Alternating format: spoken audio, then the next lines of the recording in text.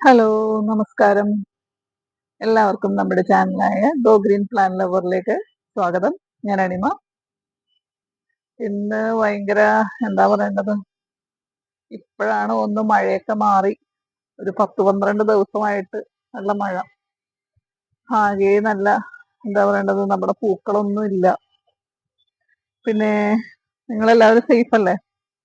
ഇതാ ഇവിടെ ചിലവരൊക്കെ ഇങ്ങനെ മുട്ടൊക്കെ ഇടുന്നുണ്ടെന്നല്ലാതെ ഇലകളൊക്കെ ഒരുമാതിരി ആയി തുടങ്ങി.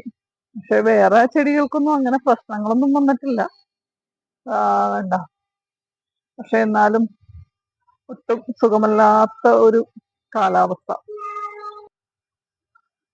ഈ ചെടികളൊക്കെ ഇങ്ങനെയൊക്കെ ഇരിപ്പുണ്ട്. വലിയ പ്രശ്നം. ഇടക്ക് ചിലതിനൊക്കെ ഓരോ മുട്ടൊക്കെ ഇടുന്നുണ്ട്. പക്ഷെ മഴയുടെ ഇത് കൊണ്ടിട്ടാണ് നമ്മുടെ ഇവിടെ തറയൊക്കെ വരെയും പൂപ്പലൊക്കെ പിടിച്ച് കിടക്കിയത്. നല്ല ഭീകരമായ മഴയായിരുന്നല്ലോ. ഒരു 10-12 ദിവസത്തിൽ കൂടുതലായി തോന്നണല്ലേ. ഏതാണ്ട് 2 ആഴ്ചയൊക്കെ ആയിട്ടുണ്ട്. ഞാനിവിടെ ആകെ വിഷമിച്ചിരിക്കുന്നതാണ്. നമ്മുടെ പുതിയ ആൾക്കാരെയാണ് എനിക്ക് നല്ല പേടി. പഴയവരെയും പേടിയുണ്ട്. പക്ഷെ എന്നാലും ഇങ്ങനത്തെ ഒരു മഴ. അപ്പോ ചോദിക്കും മഴ വേണ്ടേന്ന്. മഴയൊക്കെ വേണം, പക്ഷെ ഇടക്ക് ഒരു വെയിലും ആകാം. ഇപ്പൊ തന്നെ പലയിടത്തും വെള്ളം കയറിയെന്നൊക്കെ കേട്ടിട്ട് പേടിയായിട്ട് വരില്ല. ഇതിന്റെയൊക്കെ മുട്ടൊക്കെ പോയി. എല്ലാവരും വലിയ പ്രശ്നങ്ങളൊന്നുമില്ല. പക്ഷെ എന്നാലും ഇങ്ങനെ മഴ നിൽക്കണമെങ്കിൽ എന്തായാലും പ്രശ്നങ്ങളൊക്കെ ഉണ്ടാവും. ഞാൻ പിന്നെ വേറെ ഒരു സംഭവം കാണിച്ചു തരാം കേട്ടോ.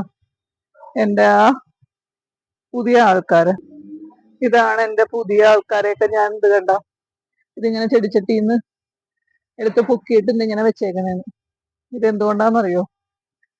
ഒന്നാമത് ഇത് പുതിയ പ്ലാന്റ്സ് ആണ്. നല്ല ഹെൽത്തി പ്ലാന്റ്സ് ഒക്കെയാണ്. ഒരു കുഴപ്പങ്ങളൊന്നുമില്ല. പക്ഷെ എനിക്ക് നല്ല പേടി വരാൻ തുടങ്ങി.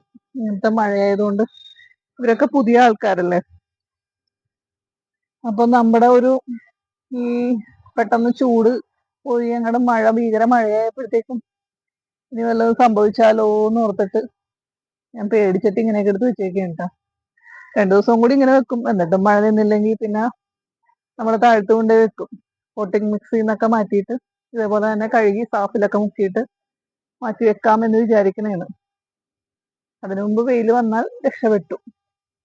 പിന്നെ ഇത് നമ്മുടെ വലിയ കോഡക്സ് ഉള്ള ആൾക്കാരില്ലേ, അവരെ ഞാൻ ഇതേപോലെ തന്നെ ചുമ്മാ പേടിച്ചിട്ടാണ് കേട്ടോ. വേറെ കുഴപ്പങ്ങളൊന്നും ഉണ്ടായിട്ടല്ല.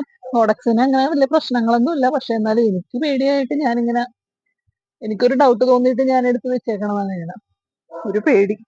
പോട്ടിംഗ് മിക്സ് ഒന്നാമത് ഒട്ടും ഉണങ്ങാനുള്ള ഒരു സാഹചര്യം കിട്ടുന്നില്ലല്ലോ. വെയിലിടക്ക് വന്നാലല്ലേ നമുക്ക് സമാധാനമായിട്ട് ഇരിക്കാൻ പറ്റുള്ളൂ.